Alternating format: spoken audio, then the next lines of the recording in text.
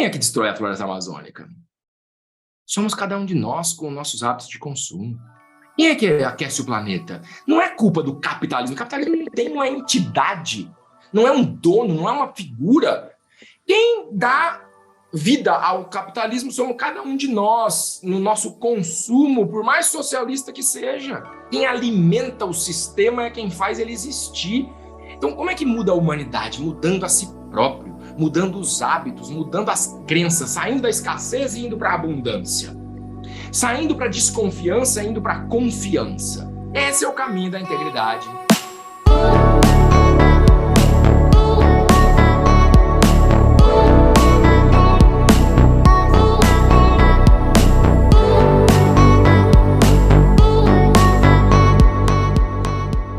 Bem-vindas, bem-vindos ao Abrindo Caminhos. Eu sou Rick Lima e apresento o podcast para vocês, que nessa temporada tem focado em sustentabilidade, ESG, impacto socioambiental.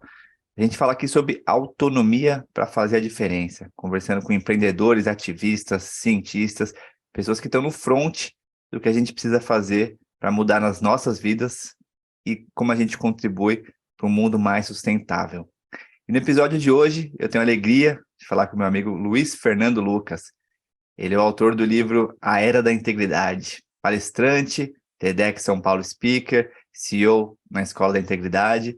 Ele tem uma fala muito poderosa sobre como a gente consegue levar o ESG para a vida diária. Luiz Fernando Lucas, bem-vindo a Abrindo Caminhos. Primeiro, te agradecer pelo tempo, pela oportunidade de estar aqui trocando ideia contigo no Abrindo Caminhos. Acho que tanto como escritor, como palestrante ou nas redes, deu para se inspirar muito nessa questão da integridade que você traz, né? Eu queria começar trazendo esse ponto, que é a gente está falando muito de ESG nessa temporada, mas explorar esse lado do G mesmo, né? Da governança, né? Que é do indivíduo para as organizações, né? Do eu para o nós, organizações, mundo, essas dinâmicas humanas, né? Como a integridade específica de uma pessoa pode alavancar esse impacto, né, para o todo, para as organizações e para o mundo, né? Muita gente acha que é muito pequeno o nosso impacto, mas eu queria começar falando um pouco sobre esse tema da integridade, indo do eu para o nós aí, mas muito obrigado por estar aqui. Que legal. Bom, eu que agradeço, Rick, o convite. Parabéns pelo seu trabalho, estava me contando um pouquinho, já vou virar fã e seguidor aqui, viu? E abrir caminhos, né? Acho que no fim do dia esse é o nosso grande propósito, né? Abrir caminhos para nós mesmos, né?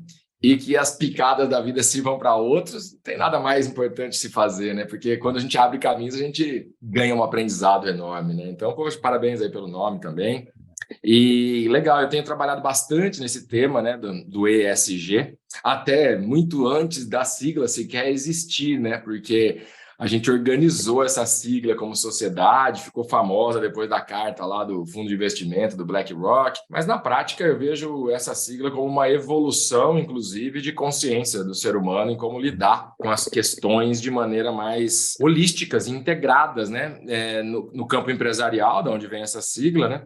Como consequência de uma observação humana, né? Então, é muito legal de ver isso, porque hoje está todo mundo falando, né, de ESG tão importante, mas se a gente lembrar, né, como que começou isso? As empresas, até um tempo atrás, a empresa é para ter lucro, né? Tem uma visão sobre capitalismo ainda, da minha maneira de ver, errônea, né, de que o capitalismo é errado, só que é lucro. Não, o capitalismo gera riqueza, gera emprego, etc. Mas aquela história, as empresas lucro, ponto. Bom, aí a gente descobriu pela dor, né, que não pode ter lucro de qualquer jeito, né? Se você tiver trabalho escravo lá na China para fabricar um tênis, como foi um dos primeiros escândalos, né? Pô, não dá, tem que respeitar as pessoas, os trabalhadores, quem está em torno, a comunidade e, né, mínima condição digna de trabalho. Mas, pô, então as empresas foram evoluindo nisso, com controles. Aí depois, na mesma toada, não pode produzir destruindo os recursos, destruindo a natureza, jogando resíduos, enfim. A gente começa a olhar para o planeta, muito mais acelerado por essa questão da discussão do aquecimento global. E eu diria que, por último, vem a governança, mas que foi a primeira que as empresas começaram. Porque mesmo quando havia uma preocupação mais pelo lucro, a Bolsa de Valores já queria garantir que não tinha muito fraudes contábeis, que não tinha acionistas majoritários sacaneando os acionistas minoritários. As empresas começaram a se profissionalizar, não ser mais famílias só tomando conta. Então, as SAs, Sociedade Anônima, tinha que ter controles de gerenciamento para saber se os executivos nem sócios iam cuidar do patrimônio dos acionistas de maneira responsável. Então, olhando por uma perspectiva de histórica e aprendizado, né, isso foi uma confluência que se juntou de depois nascer essa sigla do ESG, né, o ambiental, o ecossustentável, o social do S e o G de governança, porque as empresas começaram a se dar conta, o mercado, toda a sociedade, de que não adianta ter lucro sem que isso fosse embasado em pilares. E ainda eu faço uma provocação, viu, Rick, que tem mais uma siglazinha aí. Não é só ESG, tem o C também, do compliance. Eu diria que essa base não é um tripé, é uma base de 4 lados, quase como uma base de uma pirâmide. Porque olha que a gente vê, né? A gente está vendo muita coisa no mundo de escândalos de corrupção, que levaram também a novas leis anticorrupção. A gente vê uma questão é a falta de governança. A outra, a gente vê o caso no ar aí, né? No mercado no momento, é a fraude, né? Então, não adianta só o social, ambiental e a governança, a transparência na gestão, mas tem que também seguir as regras, seguir as leis. Então, aí vem o compliance. Então, eu diria que eu uso até mais expandido, é ESG-C. Porque essas 4 bases, eu até coloco no meu trabalho, que elas formam a base dessa pirâmide. E quando tudo isso, como 4 bases, alcança o topo da pirâmide, numa unificação, de sair do 4, né, do 2 para 1, para unidade, a gente vai para um sistema de integridade corporativa. E isso só se dá por líderes conscientes, pessoas na organização que têm uma cultura de valores. Sabe aquela coisa de chegar à conclusão de que fazer o certo é o único jeito que vai dar certo? E aí a gente começa a levar os valores humanos para dentro das empresas, para o mundo corporativo, e vice-versa. No mundo corporativo, as pessoas que estão lá dentro trabalhando, liderando, ou no mínimo consumindo, começam a ver que, quando a gente não segue regras, quando a gente não tem gestão transparente, quando a gente não respeita o meio ambiente, quando a gente não respeita as pessoas e o social, dá ruim. Então, também aprende-se com o mercado corporativo para cuidar da vida individual, para cuidar do ser humano, que no fim do dia, empresas é um conjunto de ser humano, trabalhando junto, consumindo, produzindo. E isso, né, no meu livro, até o indivíduo, a empresa, o líder, ela forma um conjunto com um terceiro ente aí, que é o indivíduo no papel de cidadão. Porque a gente aprendendo na nossa vida e aprendendo na vida empresarial, como líder e trazendo para casa, vai também nos transformar em seres humanos melhores para sermos cidadãos melhores. Então, eu vejo como uma evolução da consciência coletiva humana que está nos colocando nesse momento de olhar para essa sigla, e que beleza que a gente está aqui batendo papo sobre isso. Boa, obrigado, gratidão. Acho que você trouxe alguns pontos assim que me tocaram. O primeiro foi do compliance em si, né? Então, a gente está vendo como jeitos de medir, porque o falar é fácil, né? Então, ESG começou a se falar lá atrás, antes da sigla existir, já se falava em, vamos chamar de consciência, ou de fazer o bem mesmo, assim, bom senso um pouco, né? Não adianta só pensar no lucro imediato, na gratificação instantânea, que eu vou comer só açúcar, assim, né? Então, começar a levar o longo prazo, né? Isso envolve outras pessoas, outros seres, né? A gente está falando de proteção do mundo que vai garantir a nossa existência futura, né? É tão básico quanto isso. Então, no caminho que a gente está indo de autodestruição, né? Meio ambiente, outras pessoas, e nas empresas, né, onde é um grande centro, não adianta a gente também criar essas utopias, né, se sair o capitalismo, vai ficar o quê, né? Então, surgiram temas como capitalismo consciente, né, mas acho que essa compreensão que você trouxe, né, o capitalismo com o objetivo de maximizar o lucro no longo prazo, eu acho que aí ele faz sentido, que aí você vê todos os stakeholders, né? Porque no longo prazo, se você destrói o planeta, já não tem nem planeta, né? Exato. Então, no curto prazo, essa busca por maximização de lucro de curto prazo, eu acho que com o compliance que você trouxe, a gente consegue, e tem evoluído, né? A gente tem conseguido evoluir.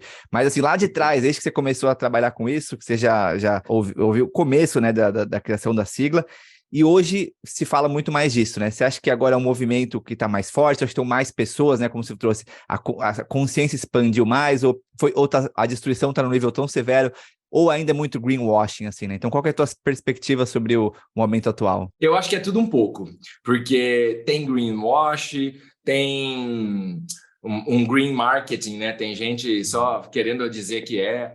Mas como você bem colocou, gostei bastante da sua proposta, né?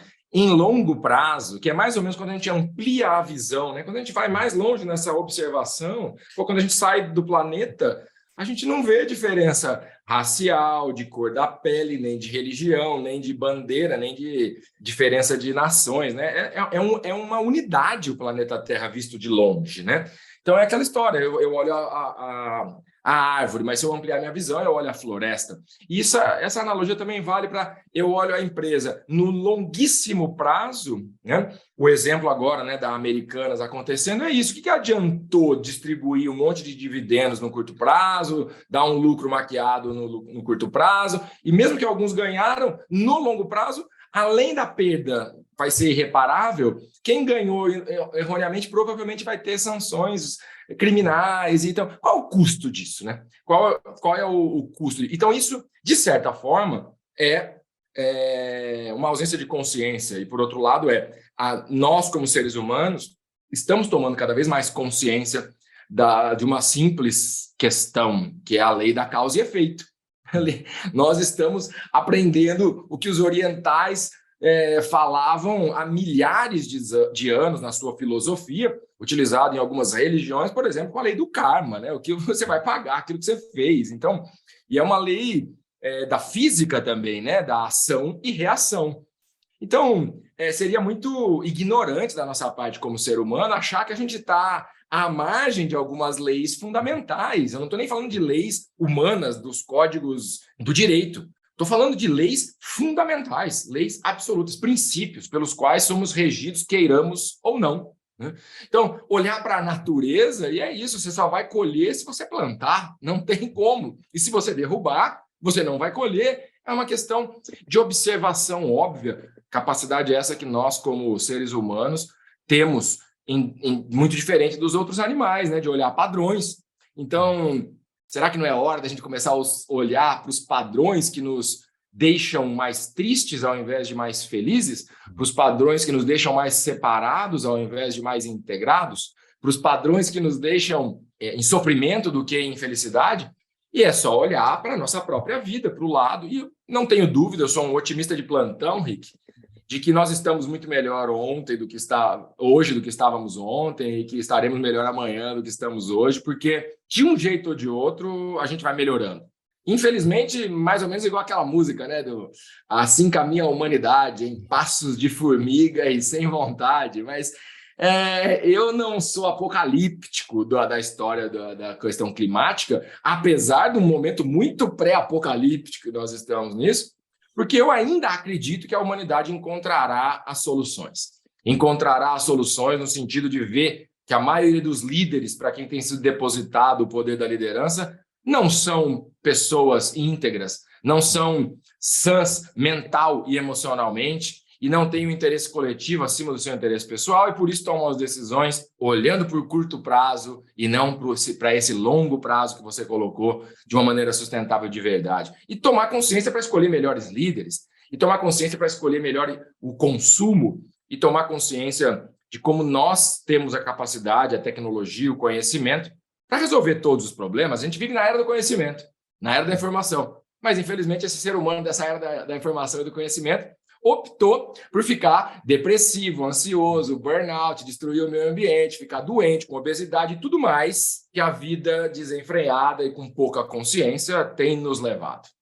Eu vejo até, né, me inspiro aqui com a sua provocação, com a minha própria fala, fazendo pela primeira vez aqui uma analogia se você me permitir, por favor, por favor. Entre o ESG, né, e o C que eu adiciono para as organizações, né, nessa pirâmide de um sistema de integridade corporativa, que eu chamo assim nos meus trabalhos, um paralelo na vida individual de cada um de nós. O que seria o E do sustentabilidade ambiental na nossa vida? Além de não destruir o meio ambiente, de não jogar lixo da nossa vida, eu faço uma correlação entre o cuidado com o físico, né? A sustentabilidade ambiental é cuidar do físico do planeta, né? Da natureza. Então, é o ser humano cuidar da sua natureza física, do seu corpo, de todos os aspectos. O social seria a nossa importante observação e cuidado sobre as nossas relações, sobre como tratamos os outros, como tratamos aqueles que estão perto, os que amamos, como tratamos os que nós nem conhecemos, como tratamos aqueles dito invisíveis, né, que prestam os serviços que a gente passa sem perceber, como tratamos as pessoas, como escolhemos as compras que fazemos conforme são tratadas as pessoas que trabalham nas produtoras desses produtos. Então, esse é o social do indivíduo. E o que seria a governança do indivíduo? Estou criando aqui, tá? Essa inspiração. Bora junto. A governança seria gerenciar a própria vida, gerenciar o próprio tempo, gerenciar o próprio dinheiro, gerenciar os próprios recursos que tem dos dons pessoais, de tudo que está ao nosso redor, das formações, dos aprendizados, do recurso do que comemos, do que guardamos, das informações que nos alimentamos, do ambiente que... Então, é um paralelo à vida individual e à vida corporativa. E o compliance também vale para o indivíduo, que é seguir as leis, seguir as regras e, se não concordar com ela, trabalhar democraticamente para mudá-las, né? Mas seguir as regras porque, mais uma vez, fazer o certo é o único jeito de dar certo. Sim. Boa, fortes palavras aí.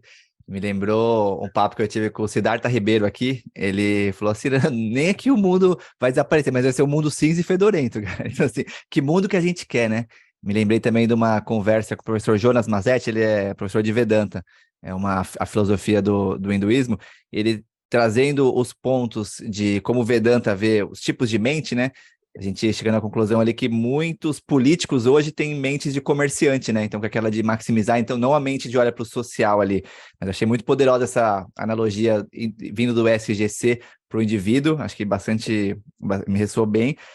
O papo que eu tive recente com o Cacá Verá também, pela perspectiva indígena, que está falando, na cidade, se você respira o ar, não adianta você achar que você está desconectado da natureza ali, que é na natureza que as coisas estão acontecendo. Você está respirando o ar ali, né? Você tá... Então, assim, essa desconexão que a gente tem com... Bebendo água, né? Qual qualidade da água. E hoje em dia, né, falando... um ponto que a gente tocou agora há pouco, mas a saúde mental das pessoas, né, que está em frangalhos, né, ansiedade, depressão. Então, muita gente buscando alguma forma de transição. Tanto essa transição planetária que está acontecendo, transição em vários níveis, mas muita gente querendo fazer uma própria transição, indo atrás de mais propósito, ou seja, mudar de carreira. Na pandemia, muita gente mudou de cidades, né? Mas muitas pessoas em transição, de alguma maneira, ao mesmo tempo com esses elevados índices, né, de ansiedade, depressão. Então, saúde mental claramente não está boa da população mundial. Pessoas buscando a transição, mas não sabendo muito bem como, né? Como eu vou para um trabalho com mais propósito, né? A própria palavra propósito também foi bem banalizada, né? Como eu faço algo que me ressoa, me faz sentido, que faz bem para o mundo, para mim, né? Indo para o ESG, para o meu corpo, para minhas relações, que está de acordo com as regras, mas sem abrir mão de certas coisas, né? E eu sei que bastante gente procura também com essas perguntas. Então, como é que você tem refletido hoje sobre essas transições que tem rolado? É interessante isso, né? Porque acho que eu não me lembro, eu já não sou tão novo assim, né? Tenho pelo menos aí uns 29 anos de carreira profissional, né? Para não dizer a minha idade, porque esse herói não pode dizer a idade. Então, eu não me lembro, mesmo de antes, da adolescência, em outro momento da história, de tanta gente estar nessas dúvidas, nesses questionamentos, nesse momento de transição. Tanto de gente que vem falar comigo, como é que você fez a sua transição? Como é que você saiu de ser CEO de uma empresa para fazer a sua vida hoje, né? De palestrante, de mentor, de profissional. Como é que você fez para sair de tantas vezes, sair daqui, já foi empresário, já foi executivo, já tive na área pública. Para mim, isso eu nunca tinha me dado conta do tanto de transições que eu tinha feito a partir do momento, antes de ser questionado sobre elas. E aí me dei conta o tanto de gente que está nesse momento. E isso, para mim, Rick, mostra uma coisa que a gente também tem visto, que há uns anos atrás, um pouquinho antes da pandemia, saiu uma revista, se eu não me engano, aquela super interessante, uma capa, o seguinte, filosofia é pop, mostrando que depois de sempre, né, a filosofia tinha voltado a ser algo popular. Depois de sempre não, né? Na época antiga, teve muitos momentos onde a filosofia foi popular. Em 2012 eu tive na Turquia e o filósofo que foi meu mentor, que me inspirou com o seu livro A Escola dos Deuses e o outro livro Um Sonho para o Mundo, o filósofo Stefano Dana, faleceu há uns 5 anos. Eu tive com ele na Turquia em 2012 e ele tinha a maior parte do seu trabalho na Turquia, apesar de ser italiano. E eu perguntei para ele, por que você está na Turquia fazendo esse trabalho e não na Itália, nos Estados Unidos, em Londres, onde ele tinha, né, unidades do negócio dele? Ele falou para mim, porque na Turquia eu tenho o maior público. Então, em 2012, tinha um site de filosofia na Turquia com 1 milhão de assinantes. E eu cheguei na Turquia, fiquei período lá de tempo aprendendo com ele, e eu me foi muito curioso. Eu era o menos jovem da turma, muitos jovens ali na faixa dos 20 e poucos anos na época, e todos, sem exceção, que vinham conversar comigo, que estavam naquele programa, me fizeram a seguinte pergunta, de um jeito ou de outro: qual o seu filósofo favorito? Qual o seu filósofo de referência? Qual o seu filósofo que você é o seu ídolo? Qual mestre que você segue?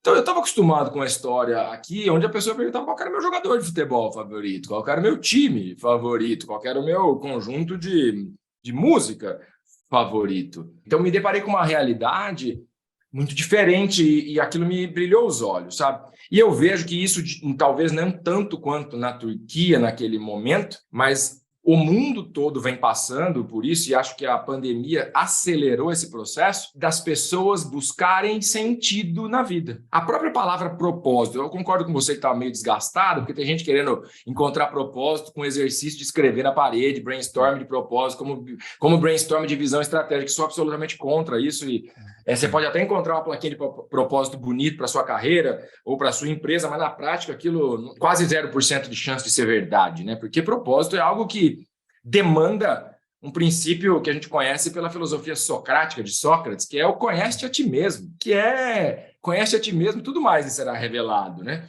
Propósito é algo que a filosofia, os filósofos antigos, se a gente parar para olhar, de Aristóteles, Platão, Sócrates, não só esses da filosofia grega, mas os estoicos e os anteriores da filosofia oriental, de alguma forma procuravam o sentido da vida, o sentido, né, olhando para o cosmos, olhando para um criador, olhando para a natureza, para a matemática, de alguma forma, qual o sentido da vida? De onde viemos, para onde vamos, por que estamos aqui? Será que esse negócio que nós estamos procurando hoje de propósito não é exatamente a mesma coisa? Qual o sentido da minha vida?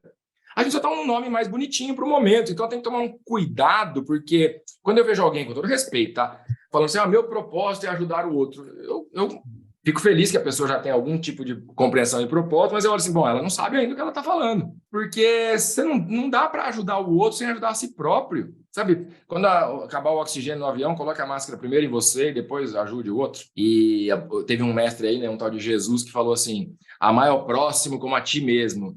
Dá para amar ao próximo como a ti mesmo se você não se amar? Dá para alguém o que você não tem, a não ser que você vai ficar devendo. Então, propósito de ajudar o outro. Então, na verdade, tira o véu da cortina do palco e vê que lá atrás está o propósito é me ajudar. Então, sendo sincero, as pessoas nesse momento não sabem muito bem porque a gente não foi ensinado. A gente foi ensinado numa escola que dividiu as matérias. No contrário do que toda a evolução humana tem de juntar as matérias, né? O Leonardo da Vinci é um polímata porque ele olha as coisas de diferentes prismas.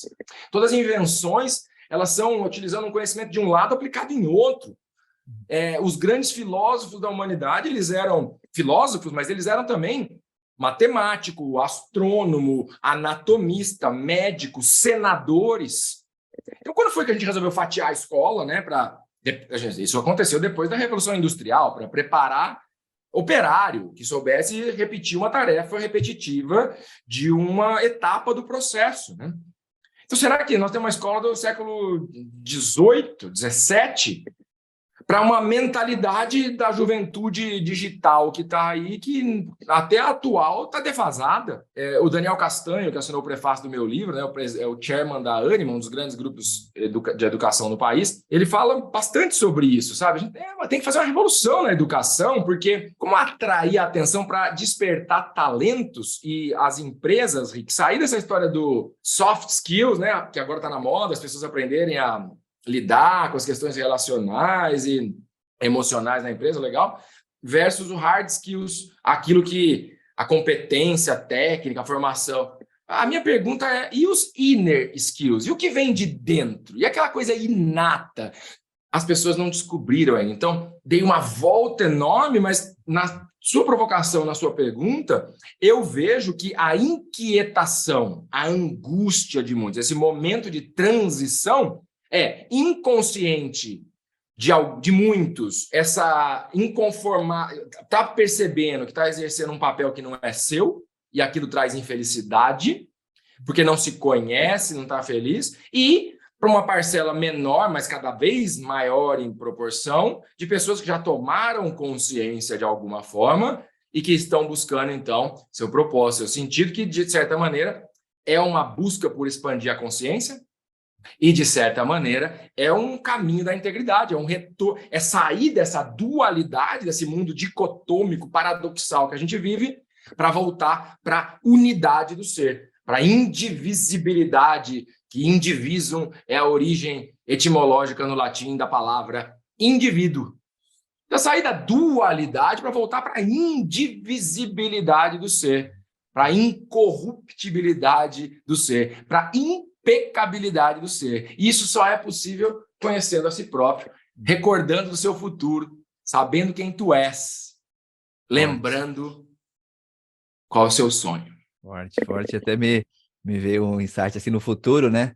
E você já colocou o C no ESGC. Eu colocaria até o A no futuro de autoconhecimento aí. Acho que ainda agora seria muito cedo, né? Eu acho que a gente tem que precisar de muito ainda arrumar o E, o S, o G, ter um compliance nisso, para ir o autoconhecimento, acho que, ou o A de amor ali, né? Mas acho que ainda seria mais ridicularizado ainda, porque acho que o autoconhecimento, vamos chamar de autoconhecimento mesmo, não vou ir pro amor não, mas no autoconhecimento é tão essencial, né, como você trouxe nas transições, para as pessoas agirem com integridade, para fazer o que tem que ser feito, para ir atrás dos seus sonhos, para ser mesmo para servir o outro, né? Para quem vê o propósito ali como ajudar o outro, né? De qualquer maneira, o autoconhecimento é essencial, né? De Jesus me lembrei de Rumi também, né? Quando você falava da Turquia, eu passei uns meses lá também, um poeta, filósofo, né? Acho que filosofia foi esquecida. Mavlana Rumi. Fica-se muito hoje, né? Da geração mais nova no TikTok para gerações mais velhas no Facebook, mas perdeu-se esse tempo de reflexão, né? O Eduardo Marinho, que veio aqui há algum tempo também, falou muito sobre como a gente perdeu o tempo para refletir mesmo, né? Refletir sobre as coisas que importam.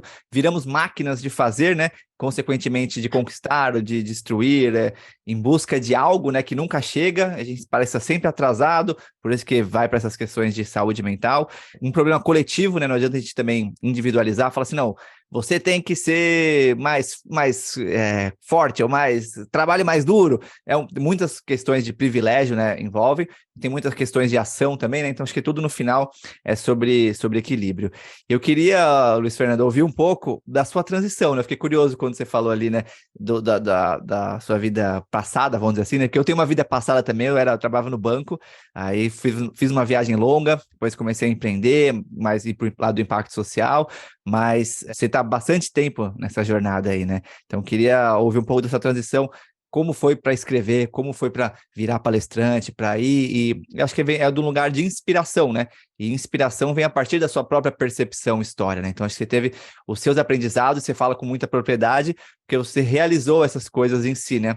Acho que dá para perceber quando tem uma pessoa repetindo o conteúdo de outros, né? Tem uma frase do Einstein que eu gosto, que é: experiência é aprendizado, o resto é conteúdo. Mas dá para perceber que você fala de um lugar de quem realizou isso em si, né? Então, queria um pouco ouvir das suas transições, nessas percepções que você foi tendo, né? Estava indo para um caminho que de alguma maneira não fazia tanto sentido, esse caminho aqui, né, da escrita, da fala, foi me ressoando, fui usando ali, como você traz do Ikigai, né, meus dons, meus talentos a serviço do mundo ali, então queria ouvir um pouco mais da tua jornada pessoal. Bem legal, Rick, bem legal. Antes de entrar especificamente nessa minha transição, na minha jornada, quando você falou dessa reflexão, verdade, né? A gente hoje está num momento de todo mundo, vejo meus filhos, né, ali grudado na tela e recebendo muito conteúdo pronto, né? Eu vejo só como benefício a questão toda, né, da evolução da tecnologia, da inteligência artificial, de tudo que está acontecendo, mas é tanta informação, né, que a neurociência mostra que excesso de informação gera déficit de atenção, né? Então, mais do que nunca, cada um de nós vai ter que saber separar e gerenciar a própria vida, né? Ter esse ESGC individual para poder não ficar perdido no mar de informações, nessa, como eu disse, né, paradoxal era da informação e era do conhecimento que nós vivemos atualmente, onde, com todo o conhecimento que a humanidade tem hoje para resolver todos os problemas do mundo, a gente resolveu ficar doente mental, né, com depressão, ansiedade e tudo mais, e como disse o Carlos Drummond de Andrade, né, a viagem mais curta que o ser humano pode fazer, que é do coração à mente, a gente não fez. A gente já está indo para Marte, mas a viagem de equilibrar coração e mente, poucos fizeram. Então, esse momento de reflexão, por isso que eu acho tão belo que a filosofia está voltando à moda, e a filosofia, não estou falando do professor de filosofia e nem do cara que fez filosofia na faculdade, mas é a filosofia como conceito do seu termo, da busca, o amor pela busca do conhecimento, né? De saber o porquê das coisas. Então, eu me intitulo filósofo. Eu não sou formado em filosofia nem professor de filosofia, mas eu sou filósofo, porque eu quero conhecer, mas eu sou filósofo de ação. Eu estou querendo colocar em prática o conhecimento, que aí é transformar a informação, conhecimento em sabedoria, em consciência, que é o que você usou da frase de Einstein. E reflexão, normalmente essa palavra está associada a pensar, né? Refletir no sentido de o que aconteceu ou um conteúdo eu vou pensar. Mas eu gosto, as palavras me provocam e as suas etimologias, etc. Enquanto você falava, né? Reflexão. Reflexão é reflexo. Então, como é que ressoa dentro de cada um o aprendizado que está tendo? Então, se a gente tiver a capacidade de perguntar o que eu aprendi com isso? O que isso tem para me ensinar? Das coisas mais bobas, se for o vídeo no TikTok ou qualquer coisa que está acontecendo no mundo, o que eu estou aprendendo com isso? No mínimo, eu vou estar aprendendo que aquilo toma meu tempo, desnecessariamente. É um aprendizado, se tiver essa capacidade. Então, reflexão é um reflexo, especialmente um reflexo de si próprio, como que reverbera dentro. E que leva para isso que você usou a palavra inspiração, que é interno, né? Inspiração não é diferente de intuição, a inspiração vem de dentro, né? E acho que e aí juntando, né, a minha fala com o que você me perguntou, essa minha vida, né, mais do que a minha carreira, a minha vida mais do que a minha transição, porque foram tantas transições na minha vida que eu acho que eu tenho várias vidas em uma só. Várias. Às vezes eu brinco, eu falo, eu fui tal coisa, eu fiz tal coisa em outra vida. É porque foram tantas vidas em uma só.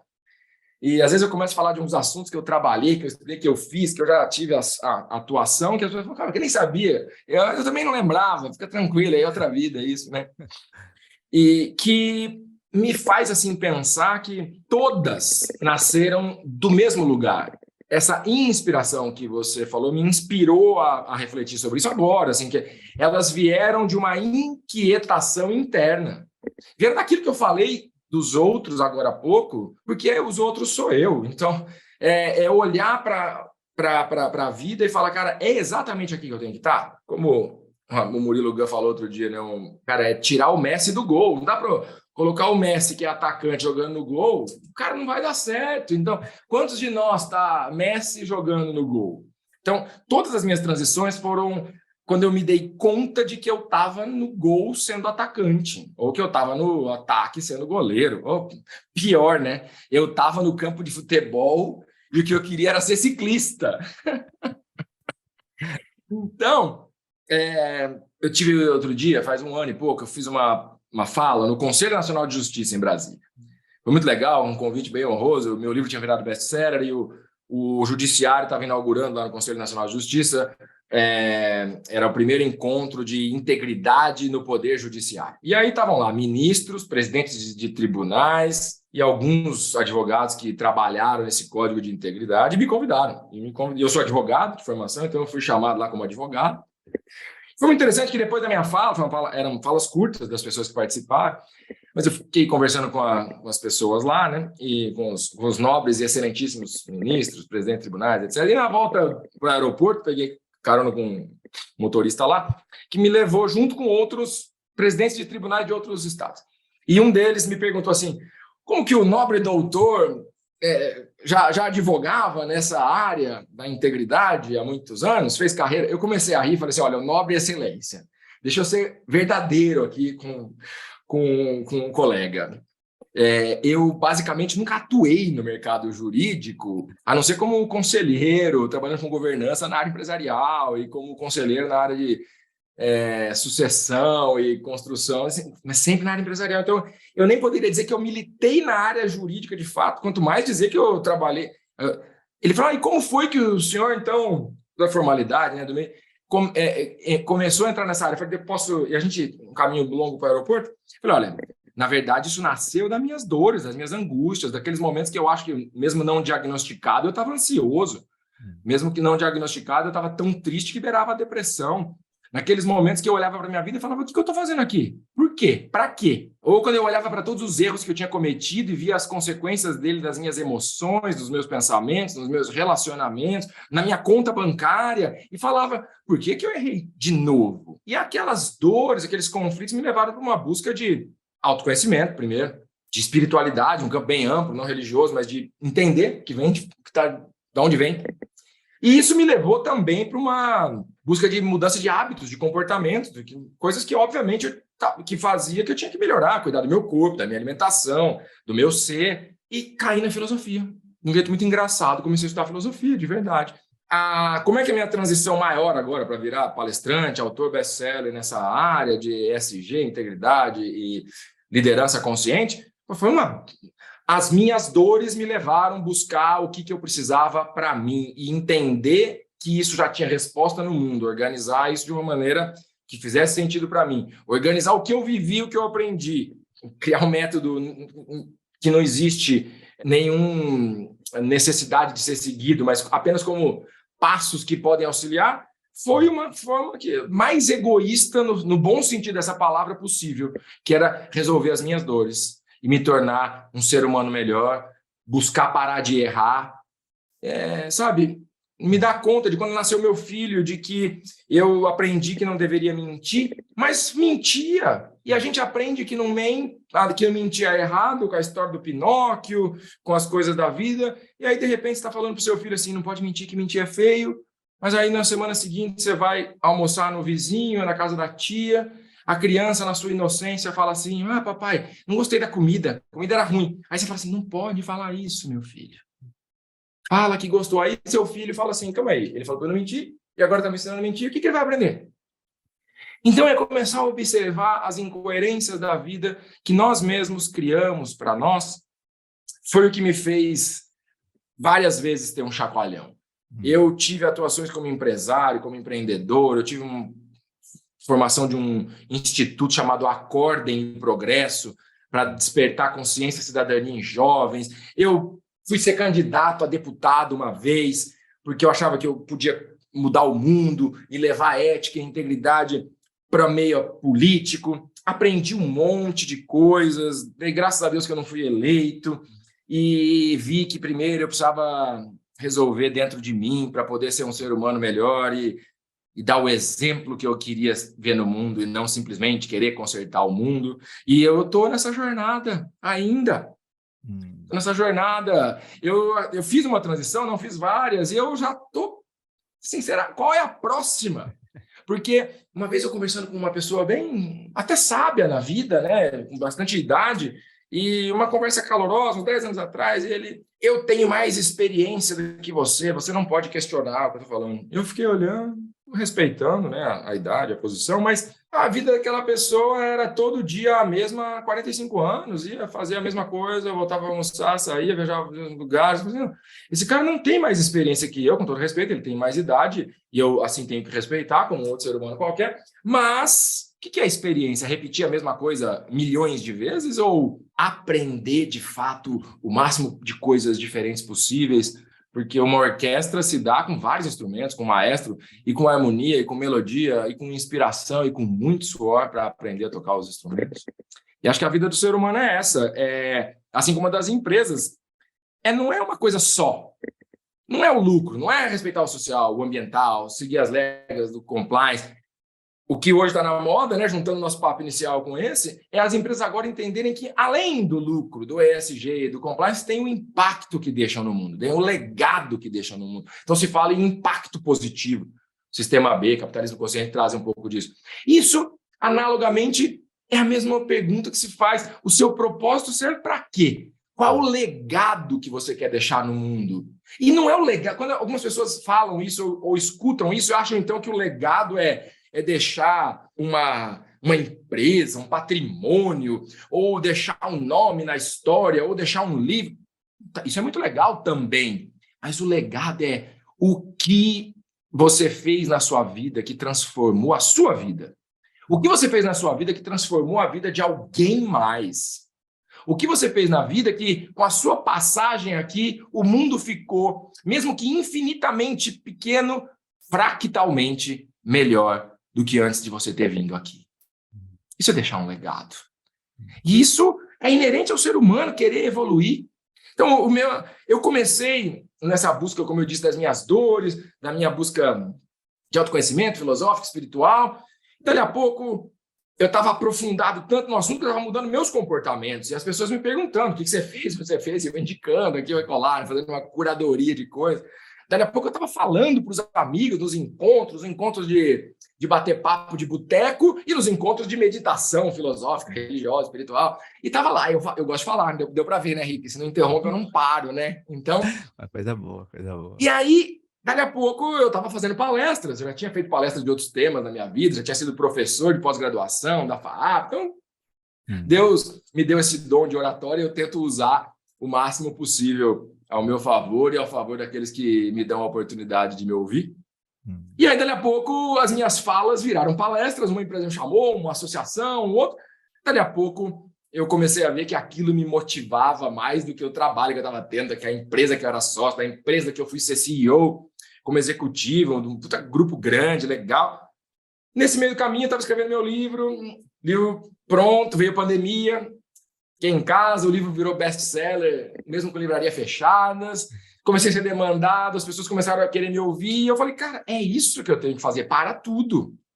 Porque isso me preenche, porque talvez lá atrás eu queria mudar o mundo, eu fui candidato, eu fiz uma associação, um instituto, e hoje eu entendi que, pelo menos no momento, a minha melhor forma de mudar o mundo é mudar a mim mesmo, e transmitindo as minhas próprias experiências, meus próprios exemplos, e as minhas reflexões, os reflexos de mim mesmo, mas não autoral em tudo, porque tantos mestres deixaram sabedoria, né? Eu já citei aqui Sócrates, Platão, você citou Rumi, que eu adoro, e tantos outros. Tudo aí, né? É só a gente querer pôr em prática. Então, o livro foi uma consequência, o livro virar best-seller aumentou a busca por me contratarem para palestras, pessoas querendo fazer que eu fizesse mentoria, comecei a trabalhar desenvolvimento de liderança em empresas. Depois eu fiz um TED Talk também, o TEDx São Paulo, foi bem legal. E agora é isso, eu parei um pouco tudo, que eu era conselheiro de umas duas empresas que eu saí, era executivo de uma outra empresa, faz um ano eu saí, e agora eu estou 100% no miolo do furacão do meu Ikigai, e já escrevendo um outro livro, e tendo muito prazer em fazer isso aqui que a gente está fazendo, seja uma palestra, seja para grupos numa empresa, seja para mentorados em grupo ou individualmente, seja escrevendo, seja gravando um vídeo. Então, até grato aqui ao universo, a você, toda a sua luz e sua história, por me dar a oportunidade de estar compartilhando aqui, para que cada um, se uma centelha brotar no coração e mente de alguém, de que é possível evoluir a consciência por intenção, e que a busca dos valores fundamentais, a busca da integridade, o caminho da integridade é o único caminho que vai levar para a unidade. Se alguém, uma palavra, tocar um coração de alguém para falar, opa, deixa eu ver se isso aí faz sentido, eu terei cumprido grande parte da minha missão. Cumpriu, já. Foi muita coisa muito boa.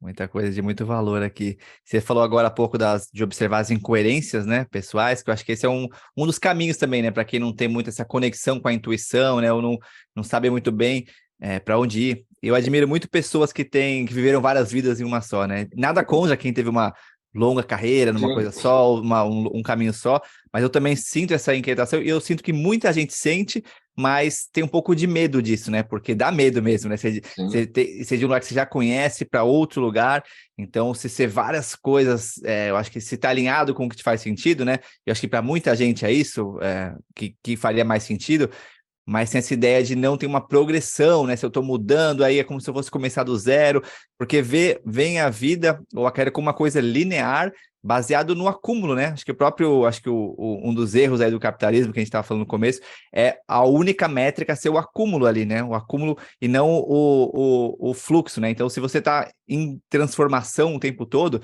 como acho que a gente sempre está de alguma maneira, você está percebendo isso, né? Acho que é aí que você trouxe do autoconhecimento, você está percebendo essas inquietações, e aí você está trabalhando nelas, indo para essas mudanças que fazem sentido para você, indo de coração inteiro, né? Como você está indo nessa transição agora, né?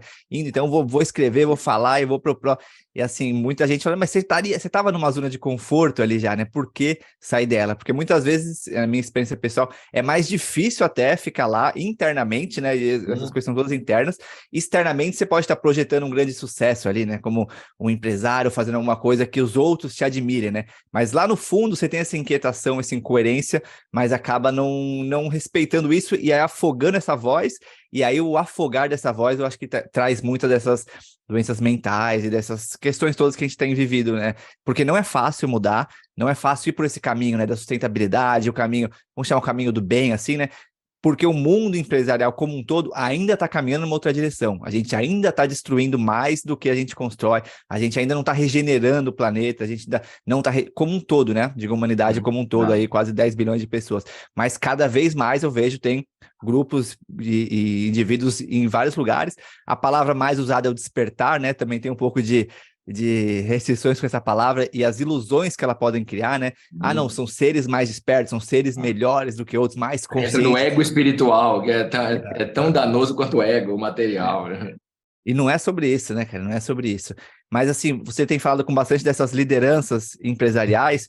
Queria escutar um pouco o que você está observando nessas pessoas, né, que estão hoje aí querendo fazer o bem, né, de algum lugar, ou a gente comentou brevemente no começo sobre greenwashing, né, o querendo parecer que faz o bem, né, e também às vezes é um começo, né, o começo de você, do mundo como um todo, realizar as coisas primeiro é para mostrar para os outros, né? Vamos chamar de ativação de marca, assim, porque hoje a geração Z, principalmente, não vai mais comprar produtos de empresas que não estão realmente olhando aquilo, né? E uma que me ressoa muito é a Patagônia. Eu gosto muito são poucas as empresas que eu consigo olhar e falar assim, nossa, essa eu admiro mesmo. E a Patagônia, até comentamos sobre ela com a Renata Faber, que é a head de SG da Exame, sobre Patagônia. Tem um livro dele também ali, Deixa as pessoas... Let my people go surfing, né? Go surfing, livraço, né, cara? Mas queria saber um pouco o que você está percebendo, o que está faltando nessas lideranças, ou o que nesse momento agora elas estão precisando ouvir, pessoas que estão ouvindo a gente aqui e querem de alguma maneira ter mais impacto, né? Acho que a palavra resume é o impacto, né? A gente hoje causa impacto negativo no mundo. Quero neutralizar esse impacto para depois causar esse impacto positivo, que é tão essencial e tão urgente, né? Eu também sou fã da Patagônia, até eu cito eles no meu livro, eu estudo o caso deles há mais de uma década já, estive visitando a primeira loja deles, é bem interessante isso, porque no meu livro tem um capítulo, depois de uma conceituação, onde estamos, qual que é a solução, valores, etc., tem um capítulo do o caminho individual da integridade, né, da jornada de herói, tem um capítulo da integridade corporativa, esse compliance na prática, e depois tem um capítulo sobre a sociedade que queremos e merecemos. E aí tem vários exemplos no mundo que mostram que é possível, não é uma utopia. Cara, tem tanta coisa funcionando tão bem que se a gente alastrasse a nossa forma de ser para esses bons exemplos, a gente se transformaria realmente no que eu acredito que a gente já entrou nessa era da integridade e na era do ser humano que não é mais o homo sapiens sapiens, né? Ser humano que sabe, e é dessa era da informação e do conhecimento. Eu já acredito que a gente já entrou na era onde o ser humano já está querendo transformar conhecimento em sabedoria, e sabedoria em consciência. Então, essa é a evolução do ser humano para o homo conscious, o humano consciente de si próprio, esse que é o subtítulo do meu livro. E isso é o que está fazendo os líderes, de certa forma, ainda pequeno em proporção, em quantidade, pressionados, às vezes, pelos resultados de curto prazo que o mercado exige, mas já tem uma quantidade enorme de líderes que o cara ele também passou pelas suas crises, ele também tem família, filhos, meio ambiente, ama o planeta, sabe? Até porque líderes são seres humanos. Quando tem um líder que é patologicamente, né, doente, mental, emocional, é um sociopata, é um psicopata, qualquer coisa. Existe também, mas assim como existe político, psicopata, um monte deles, existem seres humanos comuns na vizinhança. Estou falando de pessoas normais, e a maioria dos líderes são seres humanos como eu e você, que tem as suas dores, as suas angústias, os seus perdas, a sua família, que ama o meio ambiente, ama os animais, enfim. O que está acontecendo com esses líderes? Eles estão olhando as coisas e querendo melhorar para si próprio, para o seu time. E aí, primeiro, acontece por consciência, Rick. Então, eu tenho consciência, eu quero fazer mudança na minha empresa, quero que meu produto, meu processo, minhas pessoas melhorem. Eu entrevistei pessoas para o meu livro. Tem empresário aqui no Brasil, grande, sabe, que está pagando curso de meditação para os seus diretores, sem nenhuma expectativa de retorno, a não ser que os diretores encontrem maior equilíbrio por si próprios, se transformem em pessoas melhores, que eles sabem que, como consequência, eles vão estar melhor para trabalhar também, eles vão estar dando mais resultado. Não como uma direta proporção, mas porque olha o tanto de gente doente, né, nas empresas, burnout, etc. Então, primeiro, consciência. Se não é por consciência, depois vem a inteligência. Porque isso vai me dar menor custo, vai me dar mais retorno. Se eu tiver uma empresa preocupada com ESG e impacto, eu vou ter investimento mais limpo, eu vou ter consumidores mais valorizando meu produto. E a gente já tem visto isso, né? Na Bolsa de Valores, nas empresas prosperando, versus outras com muita dificuldade. Mais uma vez o exemplo que está aí, né? A empresa derretendo por falta de transparência e de critérios básicos. E aí, se não é por consciência e não é por inteligência, esse líder ou essa empresa só tem uma outra terceira alternativa, que é por necessidade. Porque nós estamos caminhando para um mundo onde, hoje em dia, tem muito mais chance de ter investimento financeiro uma empresa que consiga demonstrar, mesmo que não verdadeira, ela precisa demonstrar ainda, né? E aí tem uma expressão em inglês que é fake it until you make it. Outro dia me perguntaram, você prefere que a pessoa faça ESG no estilo fake it until you make it? Eu falei, traduz essa frase, né? Fake it until you make it. Finja até que você faça. Se você fingir até que fazer, é melhor do que não fingir. Porque se a tua intenção for fingir porque você quer fazer, já é um passo. O problema é quando finge para não fazer. O finge para não fazer vai dar ruim. O finge para não fazer, o tempo vai descobrir, uma auditoria vai descobrir, o mercado vai descobrir, alguém vai denunciar, o Ministério Público, um funcionário, uma hora dá ruim, não tem como. Então, o que eu vejo é isso, esse caminho, sabe? Por consciência, uma minoria, mas essa minoria faz transformações estruturais. A maioria, depois vem uma quantidade, um volume importante, como toda curva de adotar tecnologia, né? Os early adopters, os que vêm depois, a grande massa, os followers e os finais que vêm por último lá, né? Alguns ficam pelo caminho. Então, por consciência, aqueles early adopters. Por inteligência, os que vêm logo depois. Massa e os retardatários vão ser aqueles que vão precisar fazer por necessidade, aqueles que tiverem sobrevivido. Sobrevivido como ser humano saudável, sobrevivido como líder, sobrevivido como empresa. Porque você usou uma palavra, né, a coerência, que eu gosto muito da palavra congruência. É quase que um sinônimo para a integridade, do ponto de vista de como que a gente age como indivíduo, que é a congruência entre o que sentimos, pensamos, falamos e fazemos.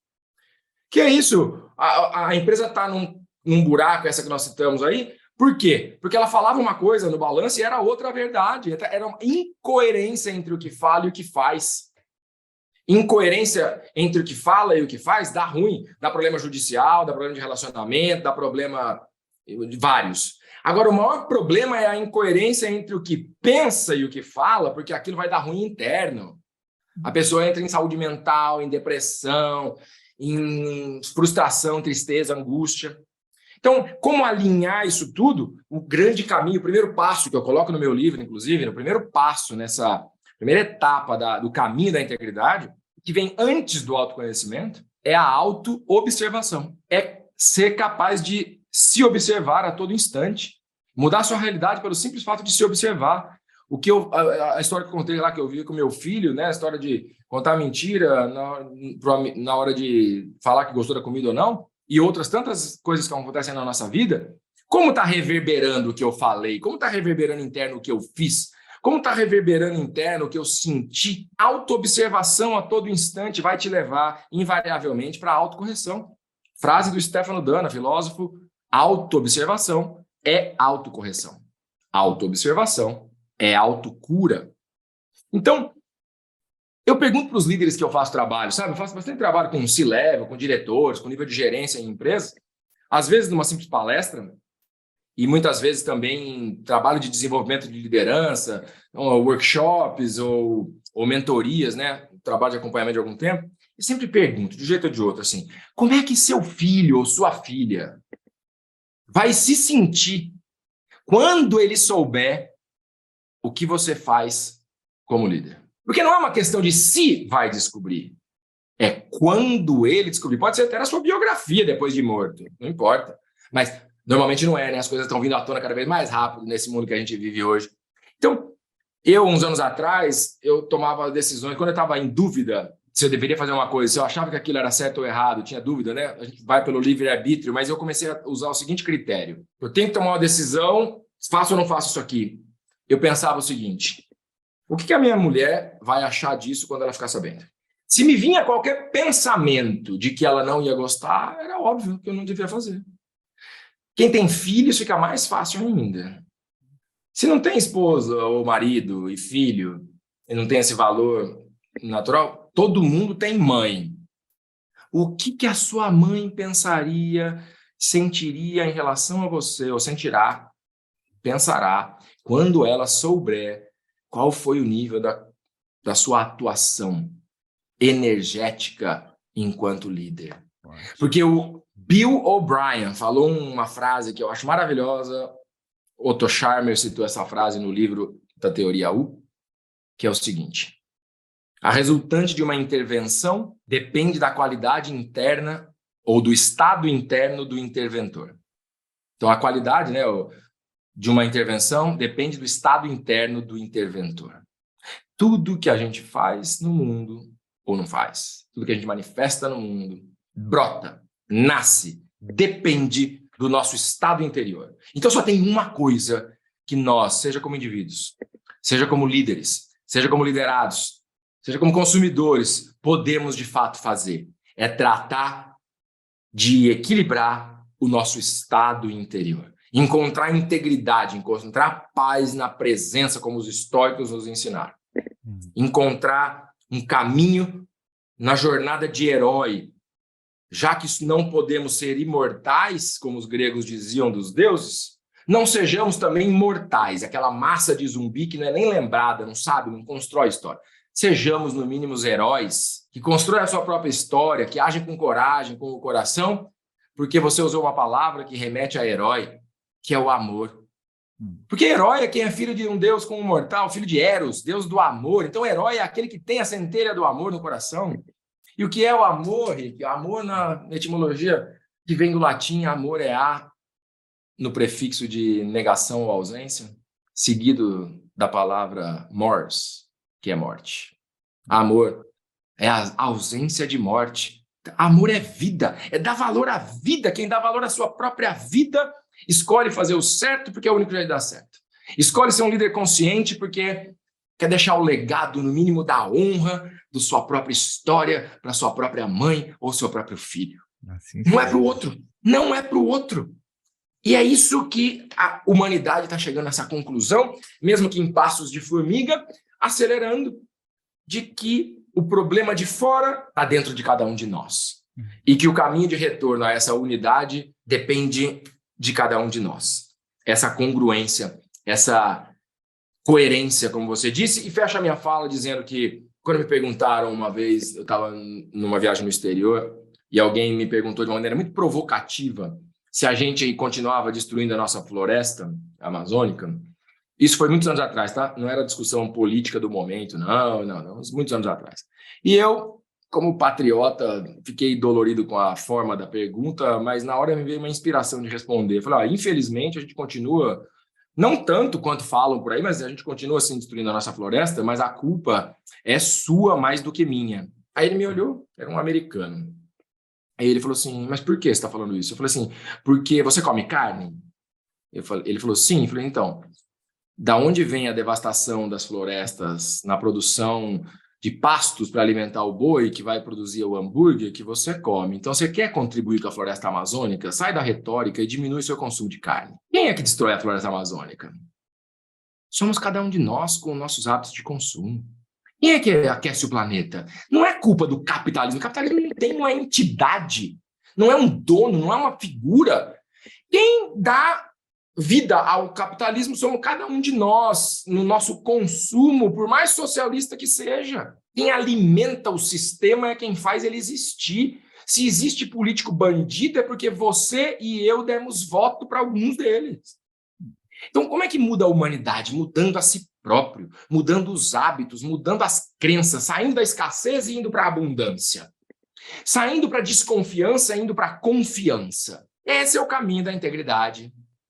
Aliás, tem um curso gratuito, Caminho da Integridade, lá no meu site, escoladaintegridade.com.br, dá para se inscrever, tem 20 aulas gratuitas. Então, me sinto à vontade de compartilhar aqui, porque eu não estou vendendo nada. É um curso, conteúdo inteiro de graça. O próximo ponto que eu ia trazer é justamente esse, assim, quem quer entrar mais em contato aí contigo, curso, se for das mentorias, das palestras, pode falar um pouco mais sobre a Era da Integridade, seu livro, como as pessoas acham, redes sociais, enfim, se puder, quem quer, seja de trazer para dentro das empresas, seja para as mentorias, seja para ler o livro, se puder dar uma geral agora nos pontos de contato que as pessoas podem ter mais contigo. Acho que você começou já com o curso, mas se puder falar de todos também.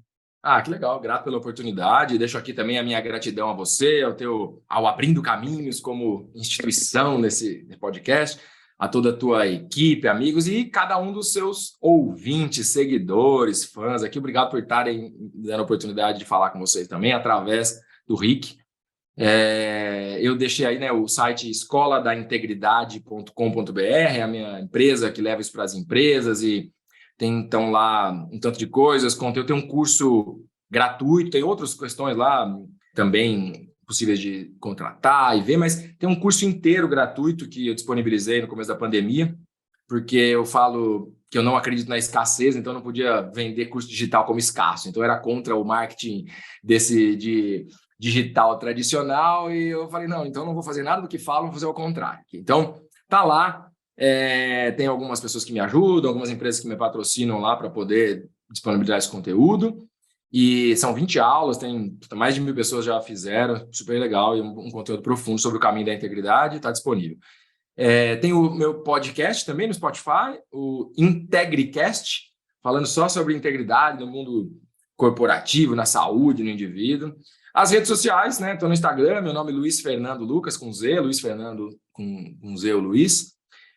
Tem algumas coisas no YouTube, no LinkedIn também com o mesmo nome, e sim, no meu site, fernandolucas.com.br ou luisfernandolucas.com.br, também chega lá, tem acesso para todas as minhas redes de contato, quem quiser me contratar como palestrante vai ser uma honra, tem lá contato, fala um pouco das palestras que eu faço, e esse trabalho de liderança consciente. A gente tem um ciclo de liderança consciente também que acontece de vez em quando nos encontros, em São Paulo, para quem quiser participar.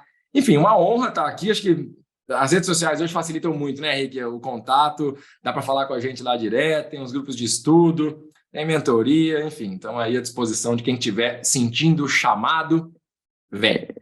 Leia o livro, né? O livro você perguntou, desculpa, o livro está nas principais livrarias do Brasil, virou um best-seller, está há uns 2 anos, está na 2ª edição, editora Gente, prefácio do Daniel Castanho e a apresentação do Murilo Gun. Além de todas as livrarias físicas, está na livraria da Amazon, e tem e-book, né, na Amazon também. Acho que é isso. E quem ouviu aqui, né, quem chegou até aqui agora, com certeza sabe o poder da sua fala e acho que do poder de síntese, de juntar exemplos práticos do que está acontecendo no mundo, sua percepção, conhecimento, vontade genuína de passar. Então, quero te agradecer pelo tempo, pela atenção, pelo cuidado, pela intensidade, né? A gente falou um pouco sobre, no começo, como o ano está intenso, né? Pela tua intensidade na fala em trazer, acho que foi uma contribuição muito rica, tocamos vários pontos aqui. E para finalizar, eu queria que você recomendasse um livro, eu gosto de trazer isso, né? Um livro que te transformou, um livro que te ressoou. Agora são tantos livros, a gente já falou vários aqui, inclusive o seu, mas um livro que ou que mais te impactou, ou que você mais deu para as pessoas, ou que você mais costuma recomendar nas falas. Sei que é difícil escolher um só, mas antes eu deixava as pessoas falarem vários, aí a galera falava 5, 10 livros, aí a galera falava, pô, não consegui nem anotar ali, cara. Aí pede um só, falei, vou pedir um, mas é difícil, hein, cara. Se alguém me pedisse um, eu ia titubear aqui, cara. Então é o que você sentiu aí, manda bala. Tá bom, tem vários, assim, né? Falar aquele rapidinho, assim, mais do que um, né? A Escola dos Deuses, que eu já citei, ou um livro fundamental, A República de Platão, mas ou um que eu vou recomendar é o livro do Stefano Dana também, com o nome Um Sonho para o Mundo. Um Sonho para o Mundo, de Stefano Dana, D''A''N''A. Maravilha, vamos colocar os links aqui todos também, aqui na descrição do episódio. E é isso, valeu demais, Fernando. Obrigado. Foi muito bom aí te Gratidão. conhecer mais, cara. Um prazer, obrigado pelas provocações, perguntas e comentários que realmente me inspirou aqui para intensamente participar contigo e com seus ouvintes e seguidores. Estou com o meu coração pulsando de alegria. Eu também me sinto nutrido, assim que é bom. É isso aí, galera. Valeu demais por escutar a gente. Autonomia para fazer a diferença. Conversando com pessoas que são referência e que trazem relevância no tema. Renata Faber, Amanda Costa, Cacá Verá, Luiz Fernando Lucas. E na semana que vem, temos a alegria de receber o Wagner Andrade. Ele é CEO da Menos um Lixo, maior plataforma brasileira de compartilhamento e de produção de conteúdo sobre o tema. Papo incrível, baita empreendedor aí. Espero que vocês tenham gostado, espero que vocês estejam gostando dessa temporada. Eu tô adorando. Me mandem mensagem, me falem o que vocês estão achando, comentem, compartilhem. É isso aí, galera. Tamo junto.